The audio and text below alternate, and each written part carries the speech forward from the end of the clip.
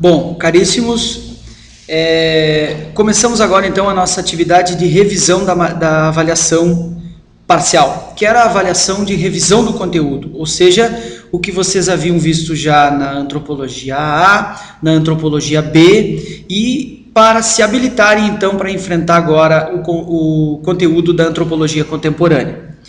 Bom, eu vou fazer o comentário de todas as questões, vou comentar uma por uma, para que vocês tenham uma noção ampla, para que vocês tenham uma noção panorâmica daquilo que a gente comentou e daquilo que a gente trabalhou nas atividades. A avaliação ela é uma retomada do que a gente fez naquelas atividades da semana 2, 3, 4 e 5, e aí a avaliação propriamente dita na semana 6. Então, quem fez as atividades provavelmente tenha conseguido fazer com mais facilidade a avaliação. Quem não fez, é provável que tenha enfrentado algumas dificuldades. Então, comecemos então pela questão 1. A questão 1 dizia assim: num caso, o objeto de estudo é inteiramente opaco e mudo. Noutro, ele é transparente e falante. Essa era uma metáfora usada pelo Da Mata, lá na página 30, na última página do texto, sobre uma diferença crucial. No texto da semana 2, o texto que falava sobre a diferença entre as ciências naturais e as ciências sociais. Bom, apresentado então na revisão da disciplina, ponte entre as alternativas apresentadas a seguir, aquela que melhor relaciona o excerto do texto acima, essa metáfora trazida do Da Mata, com a questão da diferenciação e separação entre a natureza e a cultura, entre a simplicidade e a complexidade das ditas ciências naturais e ciências sociais. Bom, o que eu queria? Eu queria que vocês marcassem a alternativa única, como diz no cabeçalho da questão, a única que apresentava a afirmação verdadeira a respeito disso. A única que apresentava a afirmação verdadeira era a alternativa D, Dinamarca. Ela diz assim: nas ciências naturais, o objeto de estudo é inteiramente opaco e mudo, porque ele é transparente e falante nas ciências sociais. Pois o cientista natural observa os eventos sincrônicos nas ciências naturais. Sim, a experiência pode estar sendo feita num laboratório na China, num outro laboratório no sertão baiano. A experiência, a observação de um crescimento das bromélias, de um raio luminoso, ele vai ter um resultado muito provavelmente parecido num e no outro caso. Onde os tipos de fenômenos observados são de natureza simples, embora de consequências complexas, como no quadrinho que eu pedi para vocês preencherem. Mas, contrariamente às ciências sociais, podem produzir resultados com consequências complexas. Claro, por exemplo, a observação de um átomo de hidrogênio, por exemplo, é de uma observação simples e objetiva. No entanto, a criação da bomba H é de uma consequência absurda para toda a humanidade. Então vamos comentar as erradas agora. A letra A era falsa. O que ela dizia? Nas ciências sociais, o objeto de estudo é inteiramente opaco e mudo. Errado, nem precisa continuar lendo. Ele é transparente e falante nas ciências sociais. Está errado. Letra B.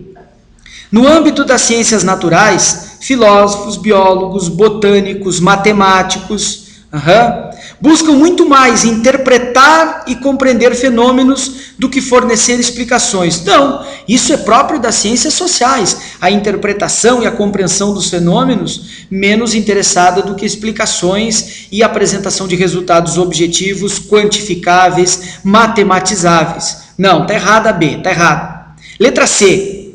As ciências sociais, o objeto é inteiramente transparente e falante. Ok. Pois o cientista social observa eventos atravessados por questões culturais, sim, onde os tipos de fenômenos observados são de natureza simples, não, são de natureza complexa, de consequência simples. Está errada, nem continua lendo. E letra E, no âmbito das ciências sociais, os antropólogos, politólogos, historiadores, por exemplo, buscam muito mais fornecer explicações, não, buscam mais fornecer interpretações, buscam mais fornecer interpretações e compreensões dos fenômenos do que objetivamente explicações matematizáveis, quantificáveis. Então ela está errada também. Questão 2. No texto, Ciências sociais e ciências naturais e ciências sociais, uma diferença crucial, o mesmo texto da questão anterior. O autor menciona que, por tratar das interações das relações humanas, a antropologia traz um fato novo para o campo científico, que é o papel do observador. Claro, ele é parte integrante também da pesquisa. Peço licença para vocês porque a voz vai sentindo um pouco. Muito bem. A antropologia, diferente das outras ciências, tem como parte integrante o observador, pois esse, ao mesmo tempo que observa o fenômeno, sofre influências e influencia o seu objeto de estudo. Essa realidade traz para as ciências sociais a discussão sobre a objetividade do trabalho científico. Nas breves 11 páginas, ele é um texto pequenininho, não era dispensável sob hipótese alguma leitura para quem quer continuar no curso.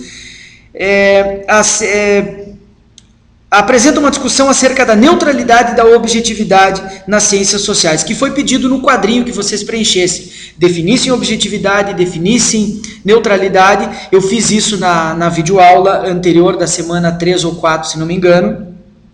E, enfim, também sobre a sua possibilidade, sobre a necessidade para o estudo do social. A partir desse quadro, observe as alternativas e marque verdadeiro e falso. Então era para vocês marcarem verdadeiro e falso. Ok. Como é que isso aqui está apresentado? Da seguinte maneira. A 1, ela está assim. A neutralidade é absolutamente necessária a se estudar os fenômenos sociais. Necessária? Neutralidade? Não.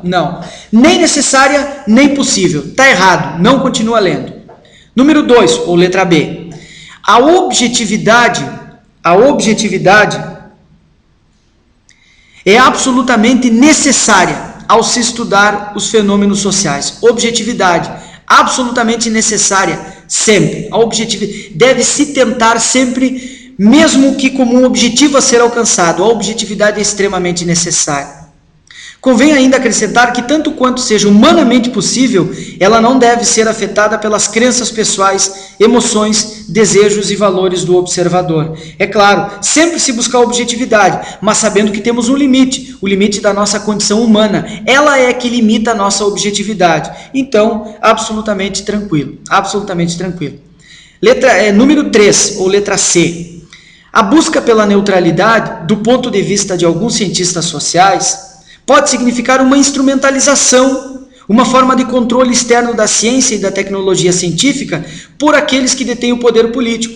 Perfeito. Muitas vezes a neutralidade, ou o discurso, ou a tentativa de neutralidade, é justamente o que está trazendo problemas para a investigação científica. Assumir a sua posição, assumir o ponto de vista sobre o qual você está olhando para o seu objeto, para os seus sujeitos de pesquisa e trabalhando com seus interlocutores, é justamente a condição de objetividade da sua pesquisa. Então, cuidado. A neutralidade, ela pode significar exatamente isso, uma instrumentalização, escondendo por trás do seu bojo de pesquisa, dos seus argumentos, uma série de questões que não estão sendo trabalhadas honestamente. Então, sim, ok, sem problemas. Número 4, ou letra D. A objetividade em relação ao objeto de estudo é uma completa impossibilidade. Não, ela é tanto necessária quanto possível, desde que dentro de um limite humano possível. Impossibilidade completa? Não, está errado. Para o estudo, pois ao mesmo tempo que estudo e o restante, então não há problemas. Mas a 4 está errada. 5, ou letra E. A neutralidade em relação ao objeto de estudo é uma impossibilidade, absolutamente impossível para o estudo do cientista social, o politólogo, o sociólogo, o antropólogo. Absolutamente é impossível. Pois ao mesmo tempo em que estuda determinado fenômeno social, ele é parte constituinte desse mesmo determinado evento. Ora, consta no cabeçalho da questão, absolutamente tranquilo, verdadeiro. Questão 3. No texto, a pré-história da antropologia, que é o primeiro capítulo do Laplantine, o autor demonstra que a expressão dos limites geográficos europeus, a expansão desses limites, a descoberta do novo mundo pelo mundo ocidental europeu, uma descoberta de ambas as partes, a gente trabalhou essa questão,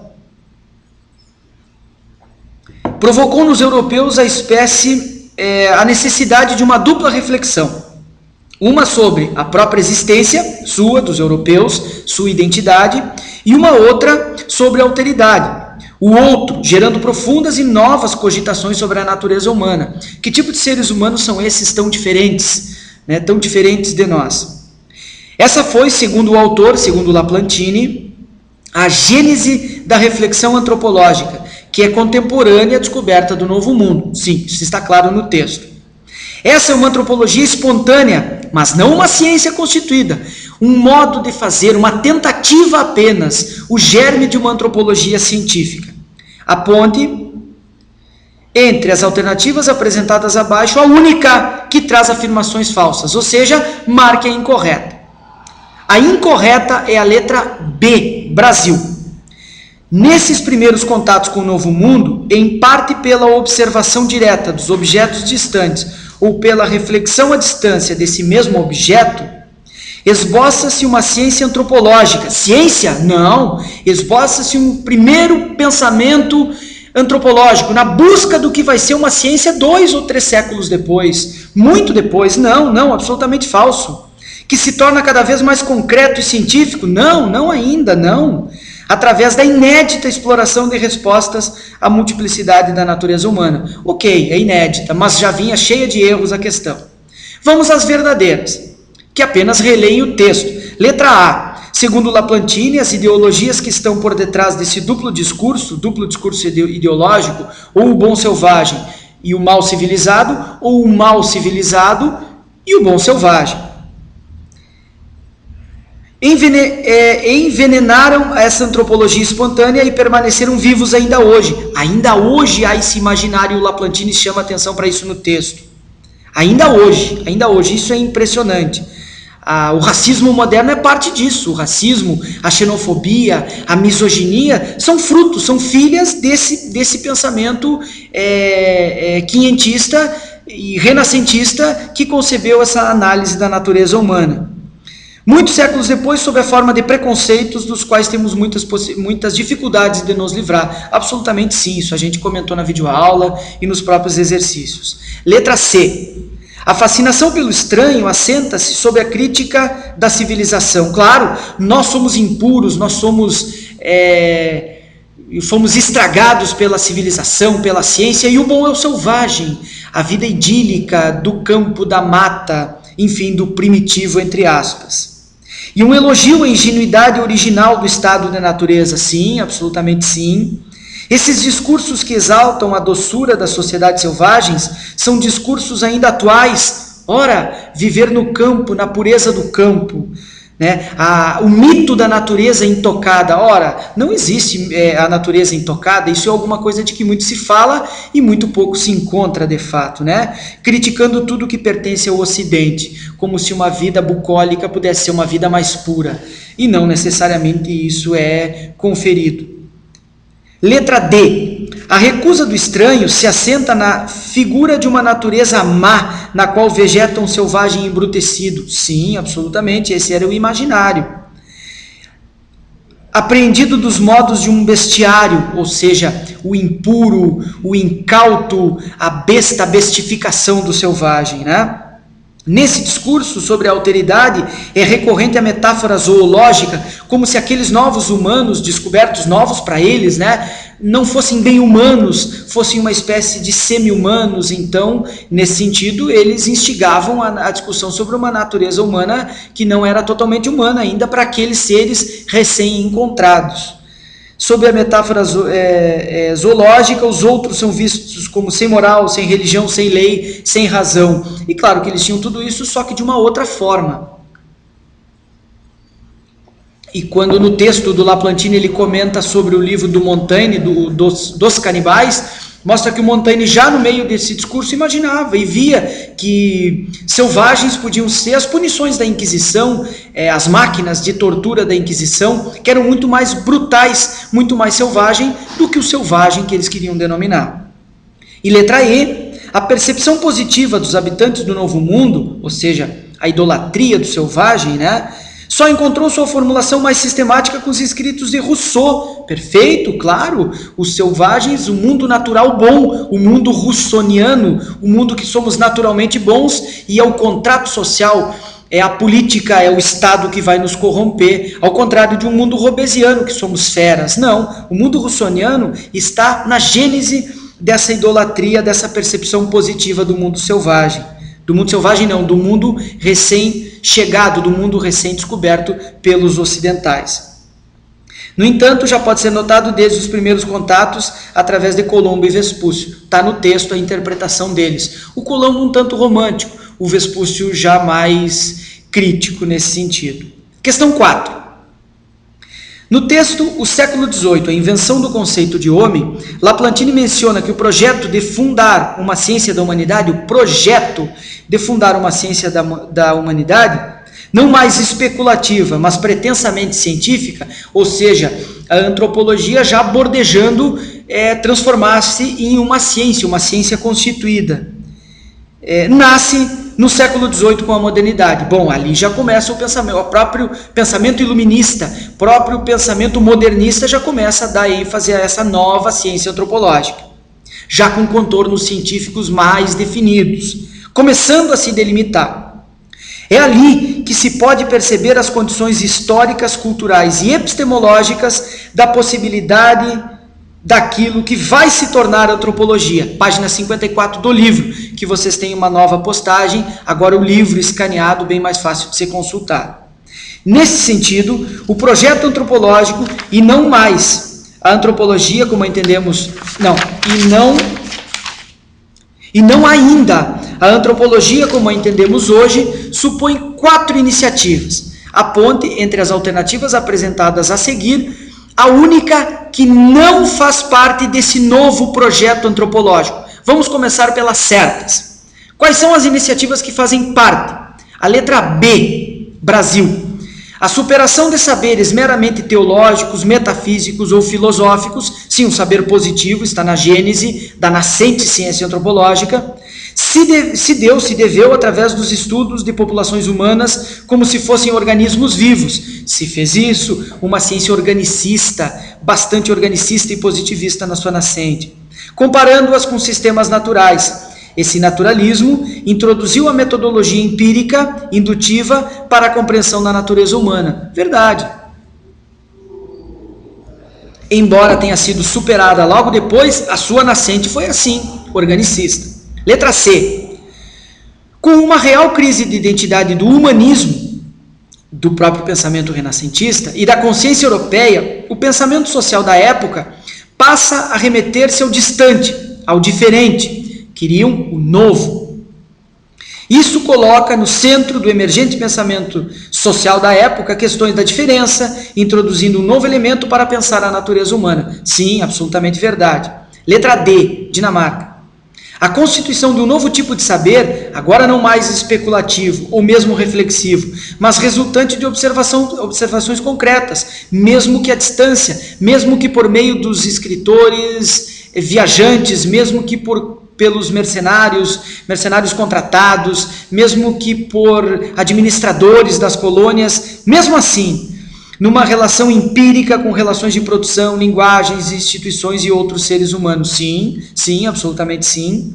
E letra E, Equador. A construção de um conjunto de conceitos, a começar pelo próprio conceito de homem, está na gênese desse novo pensamento antropológico emergente, agora não mais apenas como sujeito cognoscente, ou seja, aquele sujeito que conhece, mas agora então como sujeito que é conhecido, ou seja, mas como sujeito cognoscível, ou seja, não mais sujeito que conhece, que produz o conhecimento, mas como sujeito que pode ser conhecido, pode ser apreendido, pode ser tangível da compreensão humana. E por fim, a letra que está errada, a letra A, vejam o que está escrito. O século XVIII foi por excelência o século onde evidencia-se o cogito. Não, absolutamente não. O texto traz isso, um conjunto de reflexões sobre o conhecimento humano. É a partir dele que se constitui o projeto de fundar uma ciência do homem.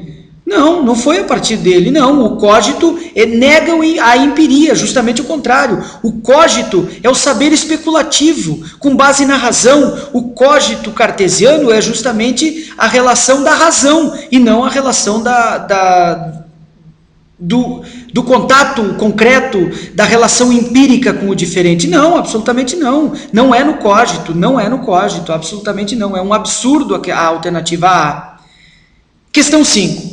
No texto, O Tempo dos Pioneiros aos Pesquisadores Eruditos do século XIX, Laplantine afirma que o XIX foi responsável pela constituição do primeiro corpus etnográfico da humanidade, na página 65 do texto. O autor menciona que nessa época, a África, a Índia, a Austrália e a Nova Zelândia passam a ser povoadas de um número considerável de imigrantes europeus. Não se trata mais de alguns missionários apenas, e sim de administradores.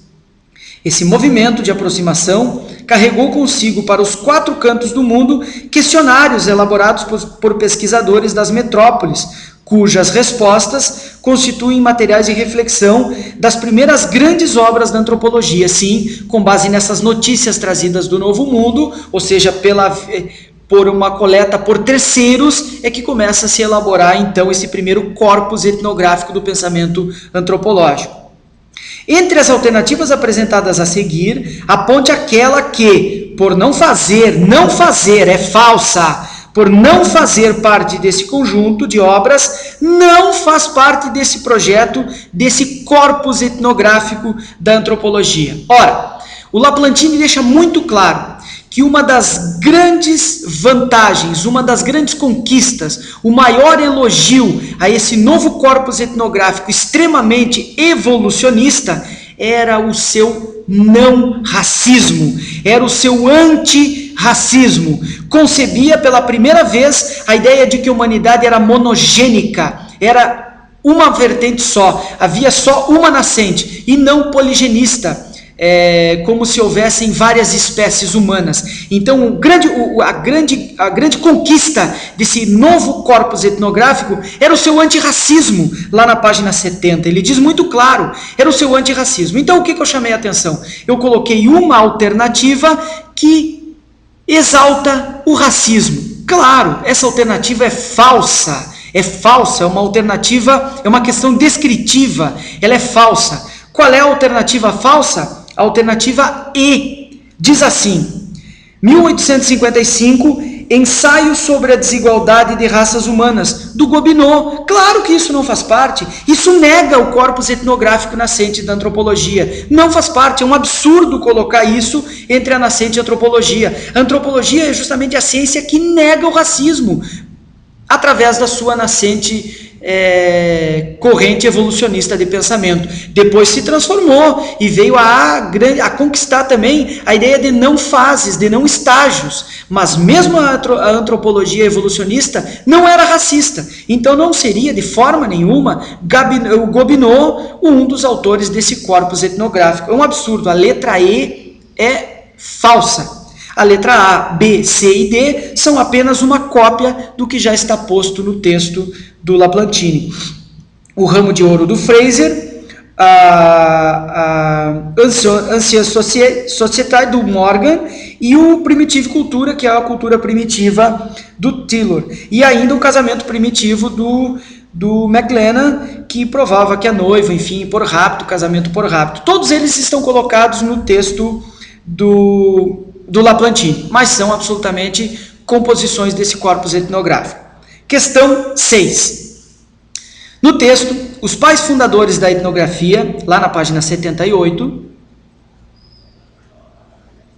enquanto está escrevendo sobre Boas, o autor afirma que pela primeira vez o teórico e o observador estão finalmente reunidos.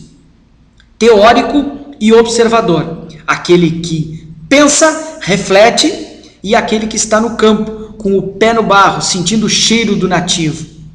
Sabendo o que significa e qual a implicação disso no nascimento da antropologia como disciplina científica, assinale a alternativa errada, falsa. A falsa é a letra A, de América. Diz assim: significa que filósofos e viajantes pela primeira vez encontram-se em um mesmo nível epistemológico.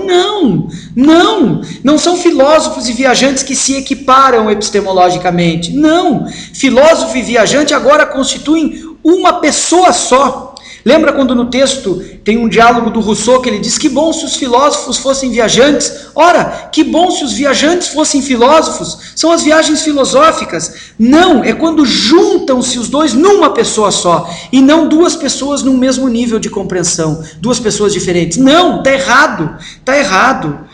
A filosofia social incorpora para a sua reflexão a natureza da vida humana, um conjunto de dados coletados pelos etnógrafos. Não! O coletor e o pensador estão agora numa pessoa só e não em duas pessoas diferentes. A letra B está certa. A partir desse momento, passa-se a acreditar que apenas o antropólogo pode elaborar uma monografia, porque ao mesmo tempo ele é o sujeito que vai a campo e ao mesmo tempo aquele que reflete sobre o campo, os dois numa pessoa só. O antropólogo faz isso. Pois apenas ele dá conta da elaboração de uma análise microsocial, daquele lugar, da aldeia, do ponto, da ilha, que aprenda a sociedade em sua totalidade, conservando sua autonomia teórica. Sim. Letra C. Significa que a partir desse momento, desse evento, assistimos o nascimento de uma etnografia profissional. Sim, sim. Que se preocupa em compreender e que faz a unidade da cultura, ou que faz a unidade da cultura, que se expressa através de diferentes elementos. Claro, claro que sim. D. Esse é um instante em que os pesquisadores não se contentam mais em coletar materiais como os de um museu de história natural. Claro, não mais um coletor de coleções de objetos, mas agora alguém que penetra, que se aprofunda, que se incorpora à vida das sociedades distantes da Europa, né, e dos Estados Unidos. É somente quando esses dois aspectos... Então a coleta de dados e a produção de teorias se integram no fazer antropológico. Claro. Letra E, Equador. Toda a antropologia feita até então pertencia a dois gêneros, escritos de viagem e filosofia social. É somente quando esses dois aspectos de investigação antropológica se combinam é que nasce a antropologia. E se combinam aonde? Na figura de uma pessoa só, que é o antropólogo. Questão 7. O antropólogo Celso Castro, isso estava na atividade, na apresentação do livro Antropologia Cultural, referente a Boas, relata que Boas viveu entre os esquimós 39 anos antes de Malinowski publicar seu famoso Argonautas do Pacífico Ocidental, de 22, fruto de alguns anos e pesquisas entre os nativos dos arquipélagos da Nova Guiné, na Polinésia. Por que razão, então, segundo Laplantine, é Malinowski e não Boas o pai, o fundador da etnografia, do trabalho de campo, do fieldwork? Ou seja, o Malinowski dizia que ele não era o pai, mas o obstetra, aquele que trouxe ao mundo, não foi o que gerou. Ele dizia que foi ele que trouxe ao mundo a nova etnografia. Por quê? Bom, 5 alternativas, 4 verdadeiras e uma falsa. Por quê? Porque Malinowski procurou reviver nele próprio o sentimento dos outros. Sim, isso é etnografia. Fazendo da observação participante uma participação psicológica do pesquisador. Sim, penetrar no universo psicológico do outro, só convivendo, fazendo junto as coisas juntas. Que deve compreender e compartilhar o sentimento dos nativos. Sim. 2. Porque Boas nunca formulou uma verdadeira teoria. Sim, Boas produziu alguns artigos, segundo Laplantine mesmo comenta, mas nunca produziu um arcabouço teórico falando sobre os trabalhos de campo. Não, nunca fez. Ou mesmo nunca escreveu um grande livro destinado ao público erudito. Verdade, está no texto do Laplantine. Justamente por considerar qualquer tipo de generalização ou compreensão sistêmica o que havia de mais distante de um espírito científico. Ele era anti-generalizações, era, na essência da palavra, um particularista, o Boas. Por isso também lhe custou a ideia de não ser o fundador da etnografia.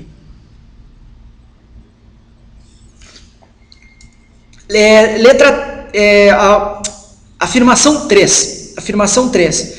Por que mostrar que o único modo de conhecimento por que é Malinowski e não Boas o fundador?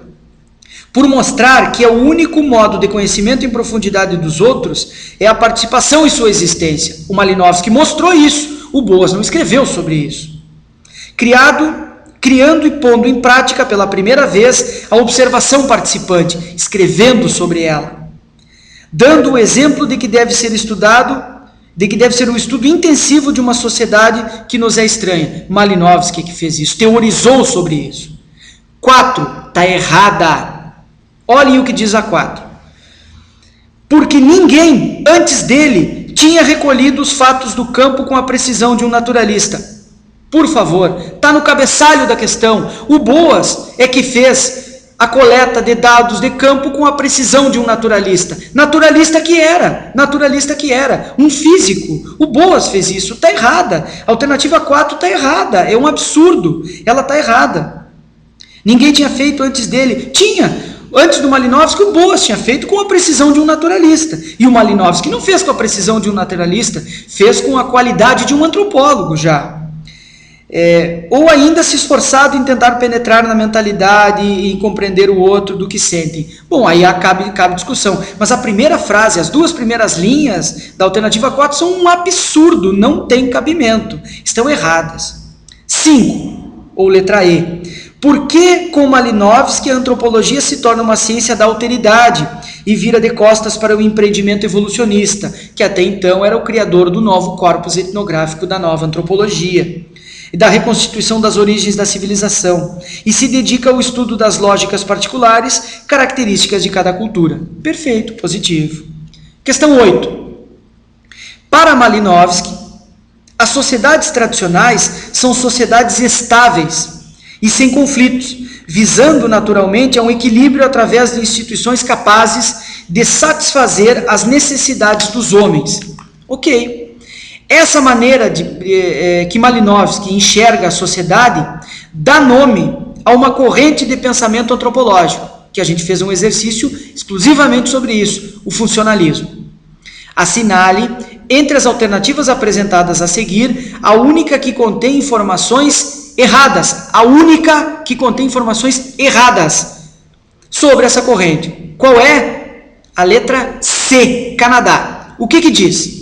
Segundo Laplantine, essa corrente de pensamento representa um marco teórico incontestável na produção antropológica de Malinowski. Ora, o Laplantine deixa muito claro, é justamente a corrente funcionalista que é o grande equívoco teórico do Malinowski, em ter afirmado aquilo como algo incontestável.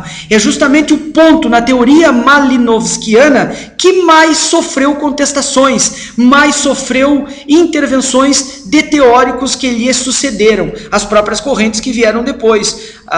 O estrutural funcionalismo, o próprio estruturalismo vem contra a corrente funcionalista do Malinowski. E é justamente hoje quando a gente se pega e se flagra fazendo uma análise de uma realidade concreta, dizendo, ora, você está sendo funcionalista demais, o que mostra que foi o grande, não exatamente o equívoco, mas o grande problema da teoria do Malinowski. No mais, está tudo certo. Vejam, a letra A diz assim: segundo Laplantine, essa corrente de pensamento não explica as mudanças sociais. É verdade, não dá conta dos imponderáveis que depois o próprio Malinowski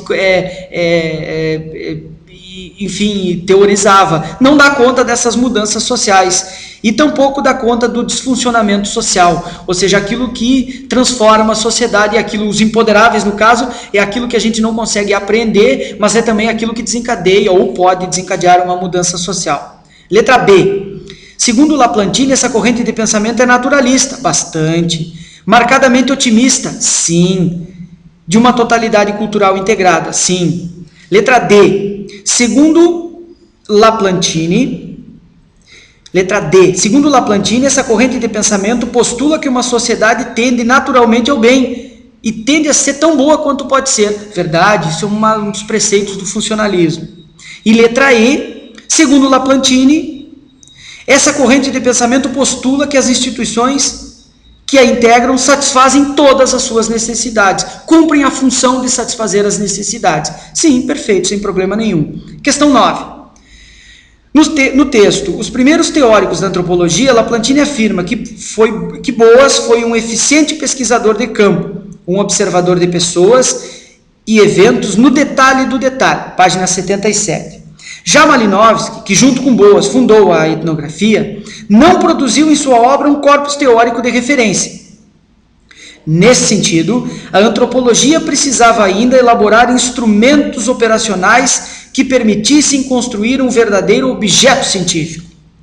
Nesse momento, entram em cena dois pesquisadores franceses, pertencentes à Escola Francesa de Sociologia, que elaboraram esse novo quadro teórico, ou seja, se Boas e Malinowski foram os homens do fazer antropológico, a etnografia, os etnógrafos, os pesquisadores de campo, então dois outros pesquisadores pensaram a antropologia, deram um escopo teórico que sustentasse ou desse subsídios para que se fizesse a prática.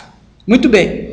Quem eram esses pesquisadores e qual foi a contribuição de cada um para a construção do então novo corpus teórico da antropologia, definindo mais especificamente o seu objeto científico? Ora, eu não vou comentar as que estão erradas, eu vou comentar apenas a que está certa. A que está certa é a letra E, Equador, diz assim: foram Durkheim, tratando os fatos sociais como coisas e sabendo que eram coercitivos, exteriores e gerais, ou seja, a sua coercibilidade ou coercitibilidade, a sua exterioridade e a sua generalidade, que eram a coisa que deveria ser estudada dentro da nascente ciência social, e logo depois dele o seu sobrinho Marcel Mauss, que ampliou o conceito de fato social do Durkheim para uma ideia de fato social total, trazendo a ideia de que os fatos sociais são totais, são psicológicos, são biológicos, são fisiológicos, são históricos e são, por fim, sociológicos. Ou seja, eles compreendem todas as áreas do ser humano, ou seja, eles estão em nós, eles são nós ao mesmo tempo. Os outros apenas são, as outras alternativas são apenas cortina de fumaça para que vocês achassem entre as 5 a única que é possível para quem minimamente teve contato com o texto. E a última é uma questão que leva a refletir, porque ela é grande, mas ela é muito, muito, muito, muito fácil. Olhem só. A partir do que você assistiu e leu nas 5 primeiras semanas da revisão e nas 2 outras disciplinas anteriores, a antropologia A e a antropologia B, você está apto a formular as primeiras conclusões a respeito do método etnográfico, em sua importância para a constituição e construção da antropologia moderna. Nesse contexto, observe com atenção o excerto do texto de Geertz colocado na abertura da disciplina no ambiente Moodle, que é aquilo que está lá no inicinho da disciplina. Diz assim: examinar dragões e não domesticá-los ou abominá-los, nem afogá-los em barris de teoria, é tudo em que consiste a antropologia. Tranquilizar é tarefa dos outros, a nossa é inquietar. Mascateamos o que é estranho, mercadores que somos do espanto. Se quiséssemos verdades caseiras, deveríamos ter ficado em casa. Que é o Geertz, retirado do Nova Luz sobre Antropologia e traduzido no ano seguinte para o português. A partir disso, entre as alternativas apresentadas abaixo, encontre a única que contém incoerência sobre definições e conceitos acerca do método etnográfico em antropologia. Bom, a alternativa errada, percebam, ela é muito fácil. A alternativa errada é a alternativa D, Dinamarca. Diz assim: tranquilizar é tarefa dos outros. Pode estar se referindo ao fato de a antropologia social não ser uma disciplina epistemológica e investigativa. Meu Deus do céu! A antropologia social, ela é uma disciplina por natureza epistemológica, investiga, interpreta a si mesmo e a realidade concreta, sensível. Investigativa, ora, isso é a essência da antropologia, a investigação da realidade empírica do campo social. Sendo uma disciplina muito mais da observação, mas não muito mais da observação, da narração, do relato fiel e objetivo, não, absolutamente não, não só objetivo, mas não neutro, objetivo talvez, mas não neutro, relato fiel, não existe relato fiel, existe uma narração de uma leitura possível, mas não relato fiel daquilo que foi observado. Os antropólogos mascateiam o que é estranho e constroem um campo do conhecimento social muito menos preocupado com a problematização social, não, muito mais preocupado com a problematização do social. e bem mais envolvido com o espanto provocado pela comparação das diferenças e das diversidades.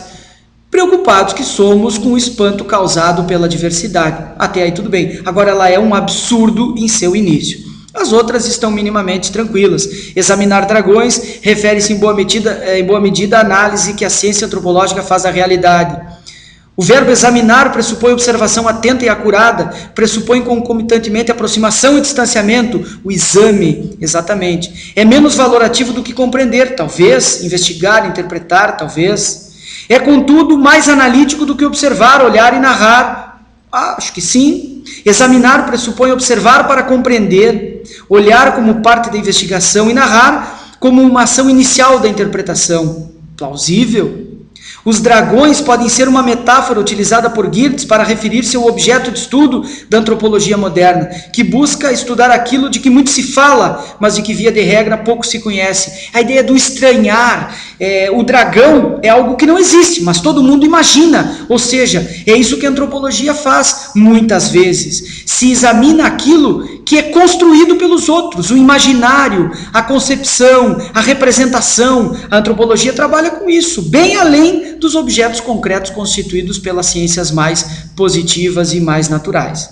B. A referência a não domesticá-los nem abominá-los refere-se em boa medida a esse duplo sentido. Nem domesticar é nem torná-lo tão próximo que não consiga estranhar, nem abominá-los, ou seja, não torná-los tão distantes a ponto de não conseguir compreendê-los. A letra C. A expressão afogá-los em barris de teoria dá conta de uma disputa constante epistemologia científica. Nunca submeter a teoria à prática. Claro, não afogá-los em barris de teoria significa que para a antropologia social não se deve nunca perder de vista que para uma prática que se possa apresentar como válida, tem que haver uma teoria que lhe dê subsídios. Ao mesmo tempo, uma teoria, um escopo teórico, só subsiste se tiver uma realidade metodológica e concreta que a dê sustentação. Então, refere-se a essa circularidade, a esse círculo virtuoso que a antropologia apresenta entre teoria e prática, prática e teoria, teoria e prática. É um feedback que alimenta-se uma a outra constantemente. Isso é o fazer antropológico. Letra E. Quando escreve, se quiséssemos verdades caseiras, deveríamos ter ficado em casa, Geertz sugere que a principal tarefa da moderna antropologia cultural, nesses meados do 21, hoje, agora, é de provocar, no mínimo, uma espécie de desassossego. Ora, claro, a crítica social própria da antropologia quer, no mínimo, estranhar aquilo que é dado, que é familiar, é a capacidade que a antropologia tem de problematizar uma questão da aula, um julgamento, um inquérito policial, a página do jornal, o programa de televisão. Estranhamos a qualquer coisa, tentamos estranhar, tentamos nos munir de instrumentos que nos permitam a fazer esse estranhamento. Ou seja, quando nas demais esferas da vida social não se contenta com a explicação óbvia, tampouco aparentemente fácil, não, o antropólogo sempre quer algo mais em relação às discussões políticas, econômicas, sociais, históricas e culturais. Ok? Eu quero também deixar claro e comentado com vocês que quando eu pedi a alternativa incorreta, significava dizer que eu não estava pensando que vocês deveriam dar conta de todas as corretas, mas que a incorreta saltasse os olhos, ficasse visível, chamasse atenção, para que vocês dissessem de imediato, opa, isso não pode. Então, de cara vocês podiam marcar, reavaliem, repensem, refaçam, e a partir dessa semana começamos então um novo passo na nossa disciplina, que é começar a trabalhar a questão da antropologia contemporânea. Já no início da semana, segunda ou terça, eu postarei as primeiras, algum exercício para que vocês façam na próxima semana. A partir de agora, eu vou ficar um pouquinho mais longe de vocês e as gurias, a Priscila e a Daniela, vão se aproximar na interação da correção e da intervenção nas atividades. Eu continuarei fazendo as videoaulas, dividindo com vocês o texto, mas ficarei nessas próximas 10 semanas um pouquinho distante, porque as meninas então é agora que entram em cena e se aproximam bem mais, e eu então fico dando um auxílio, uma ajuda, enfim, para as gurias consigam exercitar a docência delas também. Tá bom? Ficamos então por aqui nessa revisão da avaliação. Nas próximas 10 semanas eu vou estar junto com as gurias, mas elas mais próximas e eu um pouco mais distante, ao contrário do que foi agora, eu bem mais próximo e elas um pouco mais distantes. Agora nós trocamos um pouco, mas eu vou ficar à disposição de vocês para qualquer eventual dúvida, questionamento, sugestão, e com todo prazer em atender vocês. Semana que vem, depois que a gente fechar o primeiro capítulo já da Antropologia Contemporânea, eu venho dividir com vocês uma nova videoaula. Lembre, as próximas atividades agora valem nota. Vocês serão avaliados. 40% da nota estará acontecendo agora. Cada semana, cada atividade valerá 0,5 de um total de 8, 5 vezes 8, 40, ou seja, 40% da nota começam a ser construídos a partir da próxima semana. Então, a disciplina está toda em aberto. Essa primeira avaliação parcial valeu 20% da nota, tem mais 40% para ser trabalhado pelas atividades, 10% por participação e 30% na avaliação final. Ok? Por hoje era isso, eu fico por aqui. Um abraço a todos e bons estudos.